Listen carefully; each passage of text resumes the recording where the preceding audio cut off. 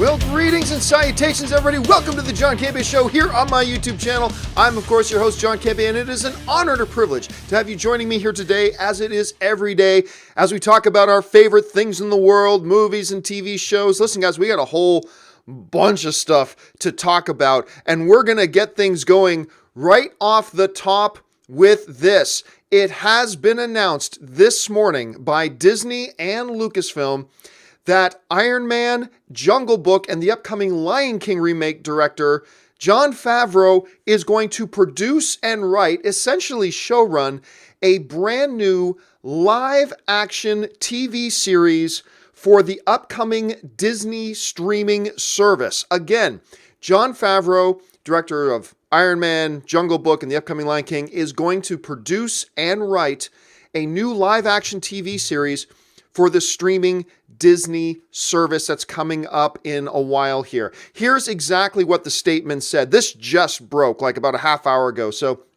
forgive me for not having a graphic ready for it, but Lucasfilm is excited to announce that the Emmy-nominated producer and actor Jon Favreau has agreed to sign on to executive produce and write a live-action Star Wars series for Disney's new direct-to-consumer platform. Favreau is no stranger to the Star Wars galaxy, having played roles in both Star Wars: The Clone Wars animated series and the upcoming Solo: A Star Wars Story. They both go on to talk about how excited everybody is. Jon Favreau, of course, for a long time is, a professed Star Wars fanatic. We've known that forever. And if you guys have been watching me for any period of time, I've been like, yeah, Jon Favreau doing a Star Wars movie at the time is a terrific idea, and this might even be one step better. Now look, we've known for a long time, ever since that they announced they were going to do this Disney streaming service, we've all known that a part of that streaming service was most likely going to include a Star Wars live-action series. We've all kind of anticipated that, so that's no big secret. That's no big surprise. But Jon Favreau coming along and doing this is actually quite exciting. And you know what? When you think about it, it stays pretty consistent with, we've seen Kathleen Kennedy, head of Lucasfilm, lately want to go in the direction of her, movie runners and showrunners with people she knows and trusts. She's gotten burned a couple of times. She's sticking with people they know and trust. And who does Disney trust more right now than Jon Favreau? Besides the fact that under Kevin Feige, he basically got the MCU kicked off, despite the fact that he delivered a completely surprise monster hit in Jungle Book. They trust him enough to do probably one of the most beloved animated movies of all time, Lion King, and do their new incarnation of it. So obviously, they would trust him to also come and maybe get something going on the Star Wars front. I gotta tell you guys, I love this news. I love it. Seeing the way Favreau, especially with what he did with Jungle Book, the way he could take a pre-existing concept, really flesh it out, bring it to life, give personality and character and depth to it, giving us memorable characters we can attach ourselves to, and a really succinct, perfect narrative flow that takes us from A to B to C to D in such a satisfying way. For him to bring those sensibilities to something like a Star Wars live action is exciting. And I think if you're a movie fan, you've got to be excited about that. What this guy could bring to the table would be amazing. Now, some people might be tempted to say, yeah, but it's not as good as if he was directing. Remember, in television programming, the director isn't the most important person. The showrunner is the most important person. It's really the writers. It's a lot different from movies. So I'm actually more excited about the idea of Favreau coming in as the writer and the producer for something like this than I would have been if, for example, say they announced that he was going to come in and direct a couple of episodes that other people created. I think this is more exciting, and I am very much on board with this. I cannot wait to see what he does with this. Now, I'm sure that a lot of you guys are going to have some things you want to say about that, so I'm sure it's going to come up in the live chat part of the show a little bit later. But once again, for those of you just joining us right now, Disney made it official. Jon Favreau is going to be producing and writing, which is the most important part of a television series, a live-action Star Wars series for the upcoming Disney streaming service. And again, the fact that they're doing this show doesn't catch any of us by surprise. The name Jon Favreau is one we've been all hoping for, and they delivered on it. And I think you've got to be pretty excited about this. All right, guys, we got a whole bunch of other stuff to talk about here too. But when you watch the John Campea Show, I want to make sure that you are caught up to date on all the significant stuff going on in the world of movie news. So this is a little segment to do just that we call the Movie News Feed. Here, check this out. First up, the Karl Urban film Dread has basically achieved cult classic status, and according to the Star, we have someone else to thank for that other than the credited director, Peter Travis. In an interview with Joe Blow, Urban says the real director of the film was Alex Garland, director of such films as Ex Machina and the new film Annihilation. Urban said the following: "A huge part of the success of Dread is in fact due to Alex Garland, and what a lot of people don't realize is that Alex Garland actually directed that movie. I just hope when people think of Alex Garland's filmography, that Dread is the first film that he made before Ex Machina." Next up, Deadline is now confirming that Michael Bay's next two films will be Six Underground and Robopocalypse. Six Underground is based on a story by Deadpool writers Rhett Reese and Paul Wernick, while Robopocalypse is a film that Steven Spielberg was set to direct for years, but is now looking at Bay to direct it for him. In Robopocalypse, robots turn on us thanks to AI Acros, a global network of machines on which the world has become dependent upon. At 0 hour, the moment the robots attack, the human race is almost annihilated, but as its scattered remnants from all around the world regroup, humanity looks to battle the robots. Sounds like something more in Michael Bay's wheelhouse than those DC Lobo rumors, which are now thankfully behind us. Next up, the last time Elizabeth Banks and Guardians of the Galaxy director James Gunn teamed up, we got the incredible 2005 classic Slither. Now, they're working together again. According to reports, Banks will star in a yet untitled horror film that James Gunn will produce. Gunn said the following: "Elizabeth and I have been on the same artistic page since we first met when she auditioned for Slither all the way back in 2005. She's since remained one of my best friends in the world, and I've been fighting tooth and nail to work with her again. She's the perfect partner." This next item is one of those stories that are really great. Disney is stepping up and donating $100 million to children's hospitals around the world. Disney CEO Bob Iger said the following: "Disney's timeless stories have touched hearts and lifted spirits for generations, and we believe they can bring comfort to children and families going through a very difficult time. Using the powerful combination of our beloved characters and legendary creativity, we're planning to transform the patient experience in children's hospitals around the world." And finally, remember that lawsuit that Hulk Hogan had against Gawker that pretty much destroyed their company over the sex tape of him that they released to the public? Well, it looks like that story could become a movie or a TV show soon. According to Variety, producer David A. Newman has acquired the rights to Ryan Holiday's book, Conspiracy: Peter Thiel, Hulk Hogan, Gawker, and the Anatomy of Intrigue, about the PayPal founder's legal battle against Gawker, the online news site that had outed him as gay. Thiel, as it turns out, was the secret funder of the lawsuit brought against Gawker by Hulk Hogan, the former professional wrestler who sued the news site for invasion of privacy. The lawsuit resulted in a $140 million judgment against the website, eventually bankrupting it. I may never want to see that sex tape, but I do want to see that movie. And that'll do it for today's installment of the Movie News Feed.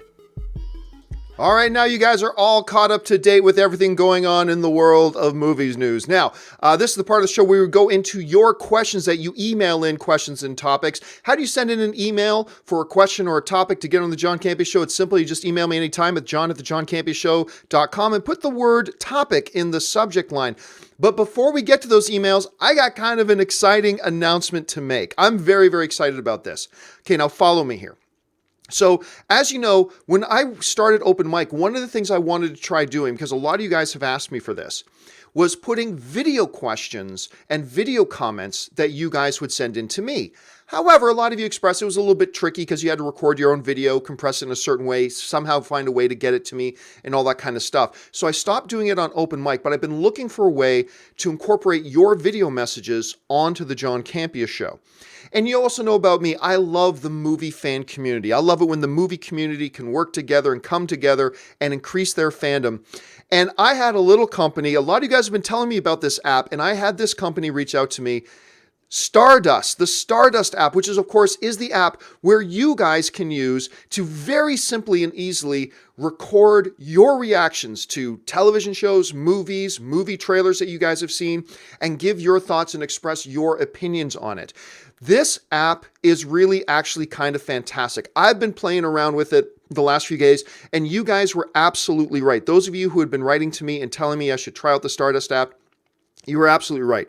It's fabulous. It's such an easy way to record a 3-second to 30-second quick reaction, share it with all the other people in your network, and all that kind of good stuff. It's fabulous, and I really, really enjoy it. And Stardust has now partnered up with me on the John Campea Show to become a sponsor of the John Campea Show. And here's one of the exciting things that I'm excited to talk about here. I'm going to start including 2 or 3 times a week a 5-minute segment on the John Campea Show simply called What We're Watching. Because one of the things that's happened a lot on the John Campea Show is when you guys send in live chats, you're often recommending things, saying, hey, have you seen this show? Or hey, have you seen this movie? So not only can you send in reactions to current movies and trailers and TV shows, you guys can make recommendations of movies and TV shows that maybe not everybody has seen. And what I'm going to do a couple of times a week is take out some of my favorite videos that you guys send in, some of my favorite stuff that you guys put up on the Stardust app, I should say, and put them together in a segment on the show called What We're Watching. It can be current television, current movies, current trailers, or stuff that you want to recommend. And how will you get one of your videos that you do on the Stardust app on the John Campea Show? It's really simple. What you're going to do is you're going to record your video. Like I said, it's like about 3 to 30 seconds. Once it's done, you're going to hit the next or edit button, and then you just type in my hashtag, which is @JohnCampea, all one word. So you just tag me on your video @JohnCampea. That way I know you've sent a video in to me. That way I can see the videos that you guys sent that you specifically tagged me in, and then I can choose from those videos to use on the John Campea Show. Because I've been looking for a good practical way to incorporate an easy way for you guys to record your thoughts on movies and TV, an easy way to get it on the show. And the Stardust app is great for that. And it's just great to be a part of the movie community on the app. I am thrilled with this. You guys know I've turned down a lot of different sponsorship opportunities from different people, unless it's things I actually like and use. And the Stardust app is something I am thrilled to have as a sponsor of the John Campea Show. And I am thrilled to start doing this little segment called What We're Watching, where you guys can have a more interactive role on the show. So listen, look down in the description of this video, and you will see right near the top of the description a link to go and get the Stardust app. Click that link.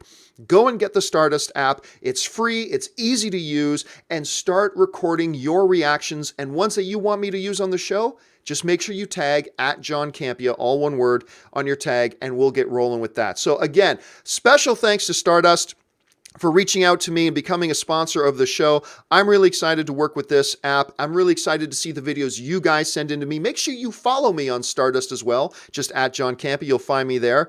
And yeah, I'm very excited. I hope you guys will download the app, give it a shot, give it a try. Once again, find the link in the description of this video, and you'll be all set to go. And I know a bunch of you guys already use the Stardust app. So there you go. It's just another way we can start building more community around here. All right, with that out of the way, guys, start sending in your stuff now. Let's get moving with the first official email topic of the day. And the first official email today comes to us from one of our Patreon supporters, Megan Vanderlyn, who writes, Black Panther is just owning everything right now, but all runs come to an end. The question I have is, which film will be the one that finally takes Black Panther out of the #1 box office spot? Wrinkle in Time this week, or Tomb Raider next week? May the filthy be with you. All right, thanks a lot for the question. And yeah, so Black Panther has had a pretty easy time of it for now. I mean, not to take anything away from its complete box office dominance, which has been amazing. But it has had a pretty easy walk in the theaters. Not much has come out against it to really challenge it. This weekend becomes the first film to really challenge it. Next weekend will be another one. I can safely say this. By the end of next weekend, at the latest, Black Panther won't be the #1 film at the box office anymore. Every #1 film comes to an end at some point. The question is, will A Wrinkle in Time topple it this week? Or will it hold out the #1 spot until next week when Tomb Raider comes out? and it depends a little bit. And we talked about this just a touch on yesterday's show. If A Wrinkle in Time, which was originally projected to make somewhere in the neighborhood of $38 million opening weekend, if Wrinkle in Time can make $38 to $40 million, I think it will take the number one spot at the box office, because I'm expecting Black Panther probably to come in around the $35 million range, $36 million range. That's my guess. It might come in a little bit higher than that. However, there's been a wrinkle in the plan, and that's the Wrinkle in Time reviews have not been great, including my own. I put up my review of Wrinkle in Time yesterday. Go check it out. Basically, it's not that good of a movie, which is unfortunate. I had high hopes for it. So maybe it does. I'm going to guess right now, because of the negative word of mouth about Wrinkle in Time, I don't think it's going to hit 40 million. I think it's probably going to come into the 30 to 35 million range, which means I think Black Panther will be number one again at the box office this weekend. And then next weekend, for sure. We're going to see Tomb Raider take the number one spot at the box office. I'm going to go see Tomb Raider on Monday, I think. So I'll let you be able to give you guys my thoughts shortly after Monday about Tomb Raider. But my guess right now is that Black Panther will finally be bumped out of number one, not this weekend with Wrinkle in Time, but rather next weekend. All right. Thanks a lot for the question. Let's move on to the next email question. And the next email question comes to us from Segis. I knew a Segis in grade school. Segis Roriguez, who writes, "What's good, John? Like you, I'm a big fan of comic book movies. I love the adventure and fantasy of them. So obviously, like you, I want all comic book movies and cinematic universes to work and be good. With the DCEU having some struggles, what would you say are 3 things they can do to get back on track and make it the franchise we all want and deserve?" All right. Thanks a lot for the question, man. And, Sace, I don't take from your question that you're knocking the DCEU. I think even the biggest fans of the DCEU will say that it's having some struggles. I mean, Justice League being the lowest attended movie out of all the DCEU is concerning. So sure, it's having some struggles, but there's tons of potential there. The 3 things I think they could do to get things back on track is, number one, you've heard me say this a million times, reboot. Rebooting works. We've seen it work with Spider-Man a couple of times. We've seen it work with Batman. Rebooting can work. It can go badly, but it can work, and can work to some great effects. Look at where Spider-Man is right now. Look how beloved Spider-Man is again, because they rebooted. And I think that's the thing. DC just has such great characters, great mythology. They've dug themselves into a hole. If you reboot, you don't have to crawl back out of the hole. You start on a level playing field again. And I think that's their best shot at this point. But let's move beyond that. The second thing I think they need to start doing is start making their movies based on the characters. Because what I have found, even though I have liked all the DCEU movies so far, and I've given positive reviews to all of them so far, one of the distinct differences between, like, say, the MCU movies and the DCEU movies is DCEU movies kind of make their movie and their characters just kind of inhabit the movie, rather than the movies really focusing on their characters.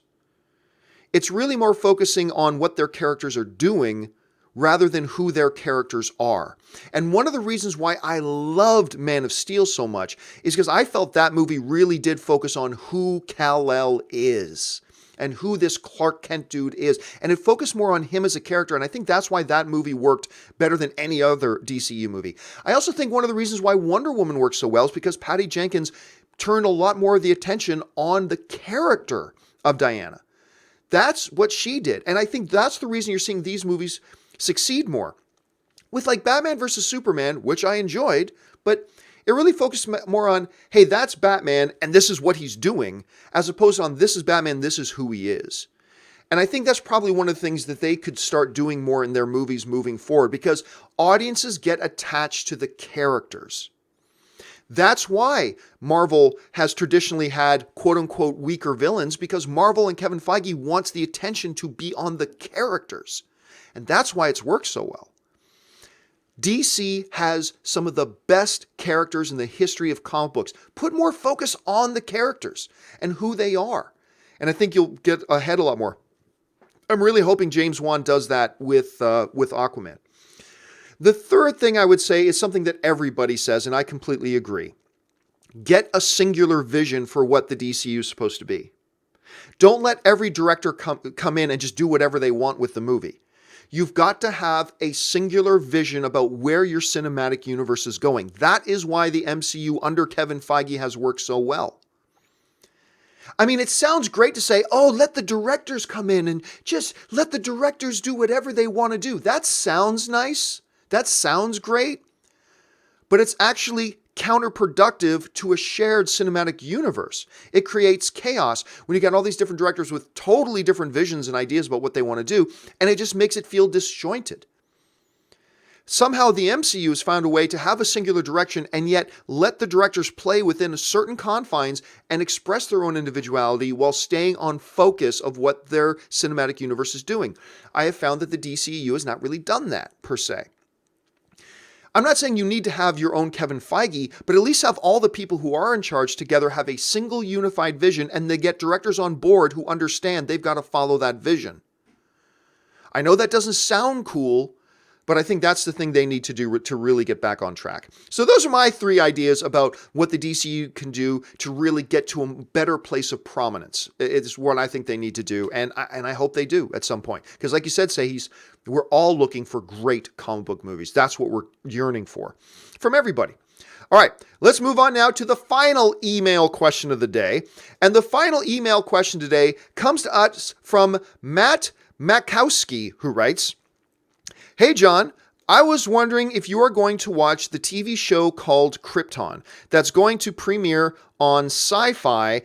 I am most likely going to not watch it, but I was wondering if you are going to. Have a great day and bring on the filthy." All right, thanks a lot for the question, man. And yeah, for some of you who may not know, there is a new DC show coming called Krypton. And it's like set before the age of Superman and things like that, and it takes place on Krypton. I have seen the trailers. I'm curious about it, not super excited, but admittedly, I don't know a lot about it. So I thought I would go to somebody who does know a lot about it. Of course, our friend Jason Inman, former host of DC All Access, co-creator of the comic book Jupiter Jet, and just an all-around great YouTube personality. So me and Jason had a little chat about this new Krypton show. He knows a lot more about it than I do. Check this out. Okay, Jason, so most of us know that there is this show coming called Krypton. We know that it takes place on Krypton sometime before the days of Kal-El and him being shot into space as a baby. We know it's going to be on the SyFy network, but we really don't know anything else beyond that. What can you tell us about this show? Well, they've been holding all the details of this show pretty close to their vest. And basically, the show is set somewhere between 60 to 80 years before the destruction of Krypton, which, of course, is the inciting incident of Superman. I assume we'll learn the exact year in the first episode of the pilot. But this show has 2 interesting elements to it. One is it sort of has a time travel storyline. There's a character that's been introduced in certain trailers. Really? Yeah, called Adam Strange, and he is a famous DC science fiction character. One of the trailers shows Adam Strange handing Superman's cape to Superman's grandfather, whose name is, by the way, get this is a fun Easter egg, Seg-El, which is a reference to Siegel, Jerry Siegel, one of the that's great. Superman. Yeah. So there's that sort of time travel storyline, and we don't know much about it. It could be an idea of, does Superman's grandfather have to let Krypton explode so that Superman can exist? The other storyline that's somehow involved in this series is Brainiac, is that his grandfather is going to learn that Brainiac is on the way and wants to collect Krypton as part of his menagerie of all the different words. Right, and we saw a little glimpse of that in the teaser that they put out. Yeah. But basically, beyond that, they haven't released a lot about what this show is going to be. Okay, so look, in an era right now where we have, 35 comic superhero shows between all the Netflix stuff, even just the DC stuff. We got Arrow, we got Flash, we got Legends of Tomorrow. On the Marvel side, we got Agents of S.H.I.E.L.D., we have Daredevil, all that kind of stuff. Is there a place for a show like Krypton? How can Krypton find a place in all that? And what would make it stand out for like the average television audience that's just looking for some good material? I think there is a place for Krypton, and I actually think it's doing one of the smarter things of some of these superhero shows, is that it's not going to be about a superhero. It's going to be about just a guy, a man. And I think this is an interesting way to do a superhero franchise without doing a superhero franchise. Now, some of the producers and writers, David Goyer is involved in this. He's like one of the big showrunners and producers. He's revealed that a lot of elements of this show are going to be sort of a science fiction Game of Thrones. So that could be another interesting way that this show could feel very different from, say, Arrow and Flash and Legends of Tomorrow. Now, with it not being a part of CW, it's not in the same television, network as Arrow and Flash and stuff like that. Is it safe to assume, since it's on SyFy, this will not be tied in any way with the current, existing Arrowverse? I think it's very safe to assume. It kind of seems the policy that DC's doing so far is that if the show's on a different network, they're not connected. Okay, now, you're obviously looking forward to this show. Yeah. I think there's a number of people that's got their curiosity, but even as somebody looking forward to it, is there anything about it or about the current landscape that makes you maybe a little pessimistic about its chances? One, I'm a little nervous that it's going to be on SyFy because SyFy doesn't have the best track record, because for every show like The Expanse on SyFy, which I think is amazing, SyFy lets another show like, say, Stargate Universe fail. Right. So those odds on SyFy are very worried. But to be honest with you, the thing that worries me the most about this show is the leather jackets. Right? If you look at this advanced space race, and their clothing is leather jackets. Yeah, and probably riding Harley, some kind of Krypton version of Harleys. Yeah. Well, listen, Jason, thanks a lot for filling us in on this show, Krypton, a little bit more. But listen, if people want to find out and follow you a little bit more on Twitter, where can people find you on Twitter? You can follow me on Twitter, YouTube, everywhere, at Jawin. That's Jawiin. All right, thanks a lot, Jason. Thanks for having me, man. All right, leave it to Jason Inman to get me excited about Krypton. I was like I said, I was curious about Krypton and what that show could be. And then, talk to Jason Inman, and Jason Inman can get you excited. And I got to say, after talking to Jason about Krypton, my excitement level for Krypton has definitely gone up a couple of notches. All right, guys, we've reached that part of the show now where we're going to take some of your live questions. I got about little under 10 minutes left in the show here today. Hey, anybody who has sent in a live question, if it doesn't get on the show today, if the show ends before your question gets on, don't worry about it. Come back a little bit later for the open mic show later today at 2 o'clock. I will get to your questions right off the bat if it doesn't get answered on the show right here, right now. All right, let's go over to the live chat and hear what you guys have been saying. Over in the live chat, we got Curtis Lopez, who says, the open mic from the other day wasn't uploaded, so I couldn't hear my question answered. I was live. Oh, it was live while I was at work. Okay. That being said, have you seen Undercover Brother? Yeah. So that open mic show the other day, a technical problem went wrong with YouTube. We're like halfway through the show. The video and the audio went like 3 or 4 seconds out of sync with each other, and it was just unwatchable. So I unlisted the show because it's just not good enough for you. It's not high enough quality standards, I think, to present to you guys. So I took that down. But I did answer your question on there. And yeah, so the movie with Eddie Griffin, Dave Chappelle's in it, Denise Richards is in it. I liked it. It was cute. I didn't love it per se. It's not one that I got to watch every 2 or 3 years, but it's definitely cute. It's worth checking out if somebody hasn't had a chance to see it already, Kurtz. But hey, that's the thing about comedy. All film is subjective, but more than that, comedy is by far the most subjective thing with anybody. And if you loved it and made you laugh your ass off, that's awesome. Didn't quite do that for me, but I enjoyed it. All right, next up, we got, who do we got? We got Fox Mulder, who writes, any update from Anne on the Korg figure? Okay, so for this kind of came up on the show the other day. A lot of you guys know Anne is over at Hasbro. She works with Hasbro. And somebody was suggesting they should make a Korg toy. I don't know. I did mention it to Anne. I don't think they're making one. I don't think they're making a Korg toy. They just probably don't think enough people would buy them. But hey, start writing to Hasbro. Let them know if they think you'll buy a Korg toy, they'll probably build a Korg toy. But as of right now, I don't think they have plans to do that. All right, the next one comes to us from ZOMG Ruler, who writes, I hate someone telling me accept a film is bad. Oh God, I know. That is one of the most pretentious douchebag things that anybody online can say to somebody. It's like, like if somebody says to me, hey, you know what? Wrinkle in Time worked for me.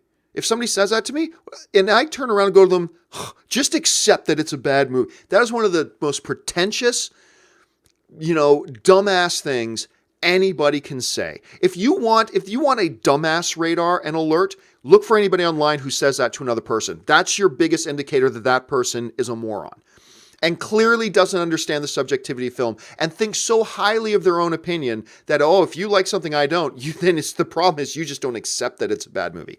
I can't. That is the surest sign of somebody who's really mentally limited.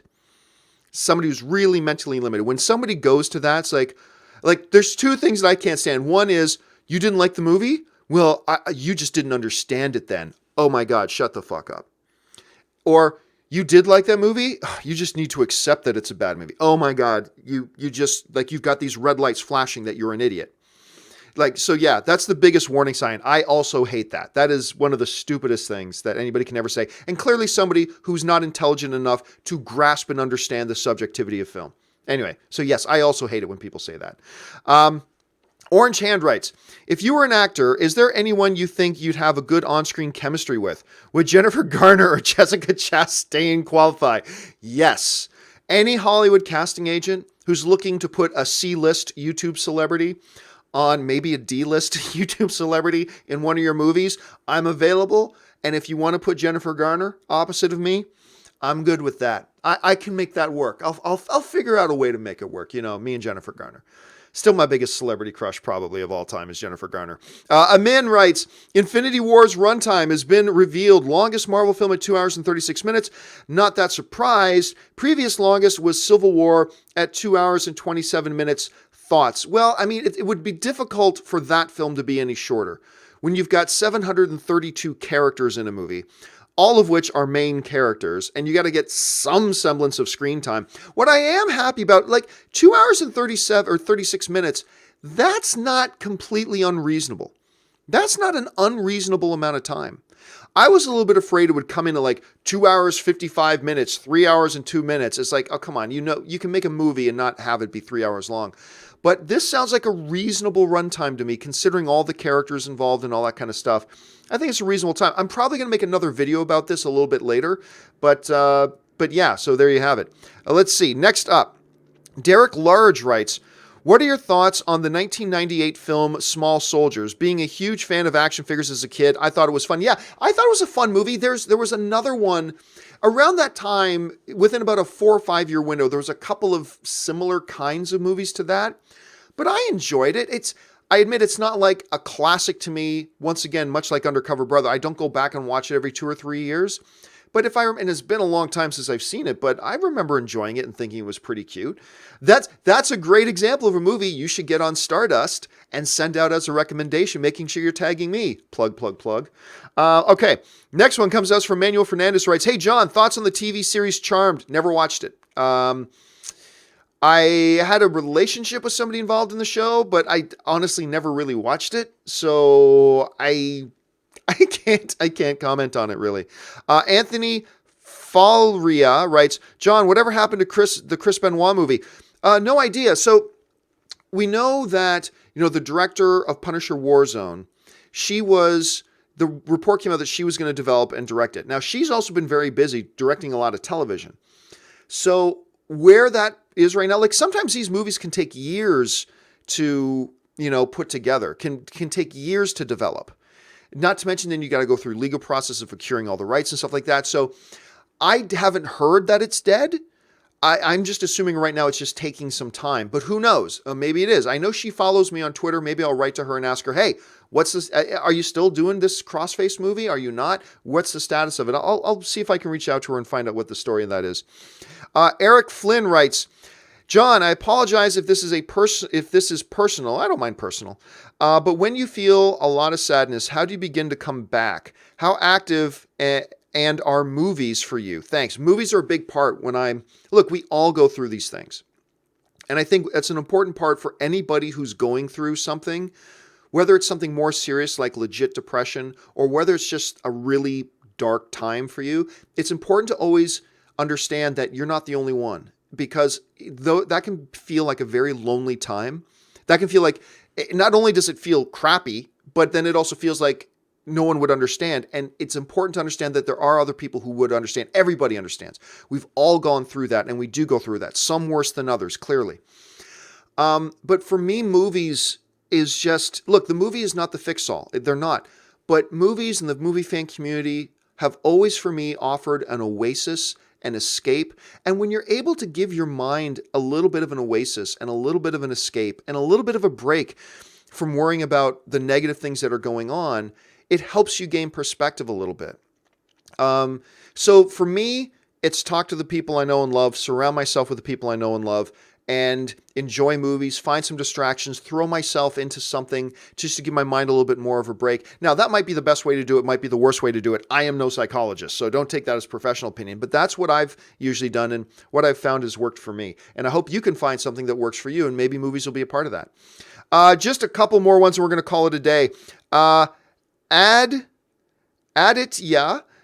writes, thoughts on Neil Marshall directing Lost in Space? I don't really have a lot of opinions on that. Again, the role of the director in a television series kind of format is different from that of a movie, because the real people who are directing the direction of a show are the writers and showrunners in television, and it's different from a movie. So I'm not really sure how I feel about that yet. I'm still not super excited about the show. I'm curious about it. I'm going to check it out, but we'll just have to see how that works out. Let's see. Curtis Lopez writes, do you think Favreau will direct the pilot for the new show? Either way, this man is set for life. You know what? I wouldn't be surprised. I would not be. That's a really great question, Curtis. I would not be surprised at all if we see Jon Favreau actually direct the pilot episode for this new Star Wars TV series that he's going to be producing and writing. Because what happens normally is the person who directs the pilot kind of sets the tone that all the other directors now have to follow and match that tone from the pilot.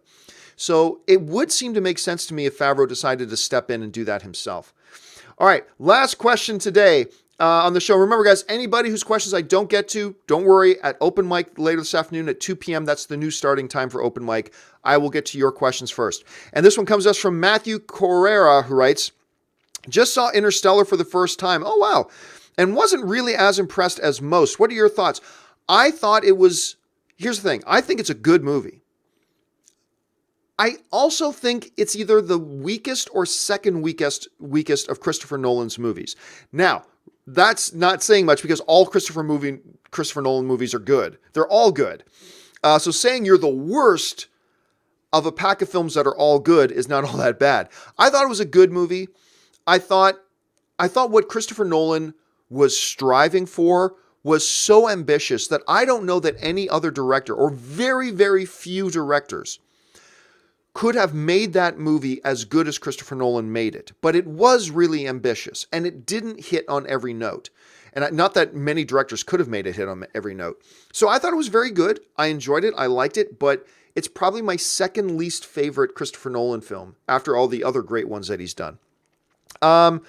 Okay. You know what? One last question. Why not? Just one last one. And this one comes to us from Alan Gonzalez, who writes, can a bad actor ruin a good script, or a good script make a bad actor good? You're missing a big part of that formula. And that's the director. Because you got the script, you got the actor, but the director is the one that's in between. The director is the one who needs to take that script, interpret what he wants out of it, and then bring that performance in the way the director is envisioning it out of the actor. A bad actor can bring down a movie, but in the hands of the right director, a director who knows how to play to that actor's strengths and minimize the exposure of that actor's weaknesses, it can still work very well. I mean, a lot of you guys disagree, but to me, that's what happened with Wonder Woman.